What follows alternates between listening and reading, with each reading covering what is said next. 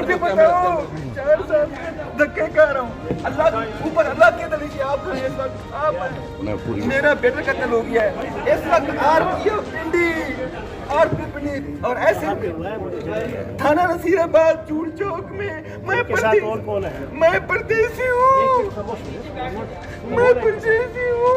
मेरा अल्लाह के सिवा कोई अल्लाह नहीं बस एफआईआर किधर है? एफआईआर किधर है? सब कुछ मैं इस वक्त आरपीओ पिंडी 6 महीने से आरपीओ पिंडी का काम करता हूँ। एसपी अब्दुल फरूक नाम के अब्दुल फरूक एसएसपी आरबी पर 6 महीने हो गए। वो कहते कल करता हूँ परसों करता हूँ, इसलिए मैं मुजफ्फरगढ़ का परदेशी हूँ। और आपके 4 साल हो गए और मैं नैब कासिद हूँ बनाने की मिनिस्ट्री में है।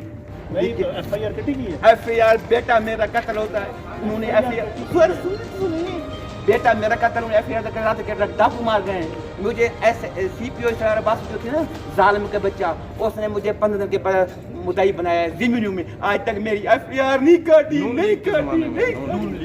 नून लीक अच्छा नंबर 1 रिलैक्स हो गया गुजारिश कल 11 बजे सर एक सेकंड अच्छा मैं बता दूं जो है ना अपना जोरदार हमीद आरपी होता उसके बाद तशरीफ गई थी सर नहीं वो तो